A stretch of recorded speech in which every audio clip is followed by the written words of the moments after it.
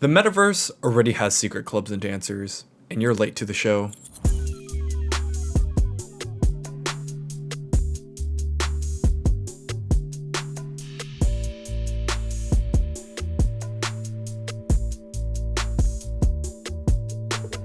So you might need some context. Dancing in VRChat is nothing new. Go into Twitch and you'll see dozens of streamers performing for their audience, doing classes, and more. But we're not here for that. I'm talking the spicy dancers that e-boys roam around looking for at Black Cat screaming, "Hey yo, where the bitches at?"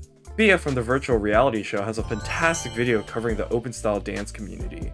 But if you can tell from the intro, this is not that. This scene tends to get a lot of negativity from the overall community, but I wonder why. Every time I go in there, I immediately just get hated on pretty hard just because I'm a furry avatar. Just find that there tends to be an elitist group at a lot of these clubs. But yeah, in Publix, it's a really risky thing. A lot of times I see people making out in public worlds and it's kind of awkward. It's a little bit of a sexism thing, because I feel like there's more bias towards the women about it than the men about it. The overall stigma is that it's sexual, it's not safe for work, it's ERP. So what's the big deal? Why do they get such a bad rep? Are these the people that are just straight up doing lewd activities in public worlds? Well, with some online sleuthing and making my way around VRChat's underground, I got to meet a couple of dancers who are open enough to doing an interview. I prefer to consider myself more like a performer. Through and through, I love pole dancing. It's been absolutely life-changing for me. For dancers that are involved in these underground rave scene, we're more like, I guess, just stage dancers. What's the difference between you and an exotic dancer? I would just say that the stage is very different in regards to the atmosphere and the audience members and things like this. So do you dance not safe for work? I personally don't care to do not safe for work dancing myself. I don't feel comfortable doing it. I think the only few occasions I've ever done a not safe for work is really close friends or people I just want to give a bonus surprise to, just for shits and giggles. So what's the line between your style of dancing and ERP? I draw the line if it turns out to me being actually nude in the dancing, that I just have to stop it right there. There are clubs that do NSFW/lewd dancing where it's a lot of the clothes are already off. But the factor is, don't just obviously ERP. If it's the absolute not safe for work, then that's between you go on red, you mind your own business. At the end of the day, we're all creative, just trying to express ourselves through our passion in dance. And with this in mind, VRChat is still an overwhelmingly male-dominated game. But I've met both male and female dancers, which was pretty interesting. I actually found out from one of them that pre-pandemic, there was actually way more female dancers than there were male dancers. So performers for music shows don't seem to be the group that teeter the TOS line. VRChat's community guidelines basically says live streaming, advertising, or doing explicit things publicly is not allowed. So why risk getting banned? Are they even making any money? No, if they do, I'm impressed. I actually know one person who was able to make $2,000 in one night's run of dancing in VR. In 1 month alone, I have made around $2,500.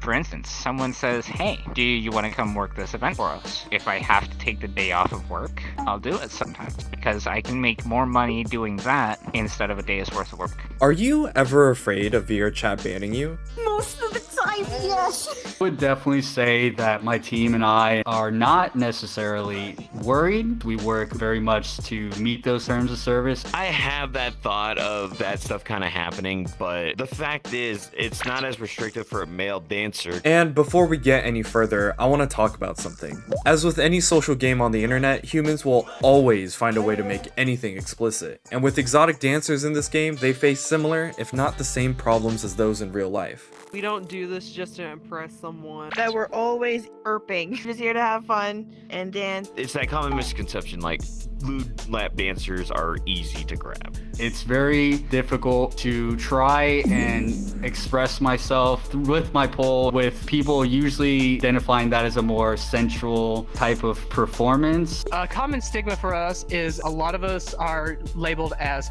boys. That is not how all of us are. And another topic I've covered in the past was harassment in the Metaverse. It seems split evenly between people who see it as a problem and those who don't, even with safety settings. And on top of just general societal perceptions on this, there's VR specific problems to this as well. Definitely my wireless headset just being crazy. Tracking goes kaput and I'm like a pretzel on the floor. Latency, issues with, programs like voice meter, sound pad, and whatnot. People not giving themselves enough breaks, or people injuring themselves or breaking equipment. Usually, some clubs get targeted for the whole crasher thing. That has always been an issue. There would always be people in the club scene that talk down on half-body dancers. And, it kind of makes me feel like maybe I shouldn't have became one. I feel ashamed to admit that. And with all this new information in mind, I wanted to go to the spot. These dancers told me that this culture has been cultivating for years, just like the underground music scene. So if this is where most of it started, I had to go check it out. And while I was at it, I came across this. One day we here, one day we gone. One day we living and then the next day we don't. I get so stuck in my ways, I just don't know where to go. I guess my life is a fight and I got my back on the rope. Oh yeah, you name it, I tried it. I went from pimping to pining, could keep my mama from crying. My youth was absent of guidance and now it's whoa. I'm not going to sugarcoat it. I've never been to a strip club or gotten a lap dance before, but let me tell you, there was a lot of sexual tension in that room. I'm just gonna say the dudes that performed that night really know what they're doing. When else can you get sexy anime boys to grind on you? Are you gonna tell me that if Levi from Attack on Titan was gonna give you a lap dance, you wouldn't take it? Stop the cap. Anyways, I had a lot of questions. Are the people running these clubs secretly pimping out their dancers without them knowing? It's not uncommon to hear people in this industry taking advantage of their staff. So who are the big bosses of this scene? Hello everybody, I'm Virgo for you. I am the owner and founder of Club Zodiac. I'm Paz, founder, owner of Party Freaks. Would I consider myself an OG? I think I could say that I have been a part of this community for quite some time. Interestingly enough, I think I'm probably one of the very few founders that is not a dancer. Would you say that there's a lot of competition between clubs? I don't think so. With me, I always say that there is no competition when it comes down to the dancing community in itself. Things are a little different now than they used to be, but back in the day, there was only just a handful of clubs that did it. A lot of people want to say, oh, this is a competition, but me, I'm very OG, so I'm just like, no. I personally don't think there's any competition, but I have seen people get a little bit extra, to put it simply. And do you make any money by running a club in VR? No. In fact, I probably take a negative. Yes, we do make money from it because we're either trying to get assets or paying our dancers for any equipment breaking, like wires, or they need a new tracker. Like many clubs and any kind of community is essentially funded by itself, and all that does go back into the club. So what motivated you to build a club in the first place? Because I want to give people the same experience that I had whenever I attended my first event. It's more of a show to me because I don't want it to be like, oh yeah, you come in here and you just get lap dances. We try to make it a show. And the more I talked to these people, I realized that I had a lot of preconceived notions about them. Some people in this game demonize them for being too sexual, or that they're running clubs for profit and to capitalize on the desires of young children. But I see the opposite. They're often either college students, working adults, or even parents, especially during these times where it often feels like there's more people disconnecting themselves from their local communities. Others are finding a place to belong in these underground homes. Heck, what's the difference between this and a Discord server with all of your homies? So why do this in the first place? I've been dancing for around 17 years of my life, some of it professionally. When we're up there dancing next to the DJ left and right, it's really easy for the crowd to get up and move with us. I did it because I think it's super fun and to help my confidence for myself. My buddy Zhang threw me up on stage my first day I signed up. He's like, go up there and start dancing. I'm like,